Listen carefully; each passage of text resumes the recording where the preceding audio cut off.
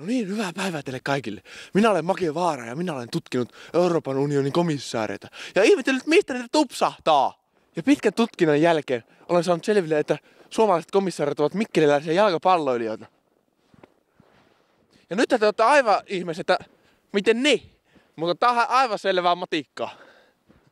Sillä Erkki Liikanen oli mikkeliläinen jalkapalloilija ja Olli Rehnikin oli mikkeliläinen jalkapalloilija.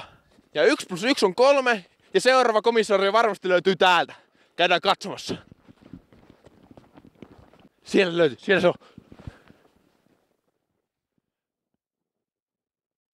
Se on varmasti kuule komissaario. Hei poika! Kukas sä oot? Mä oon Werneri. Tiedätkö mikä susta tulee isona?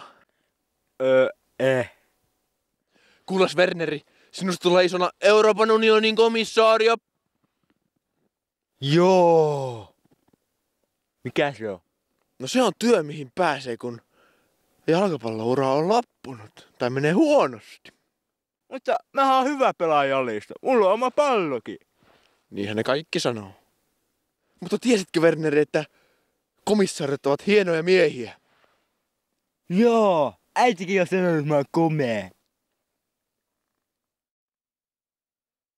Voi hitsi, musta tulee hieno mies. Mennään pelaamaan jalkapalloa takas siitä. Tää oli taas näitä.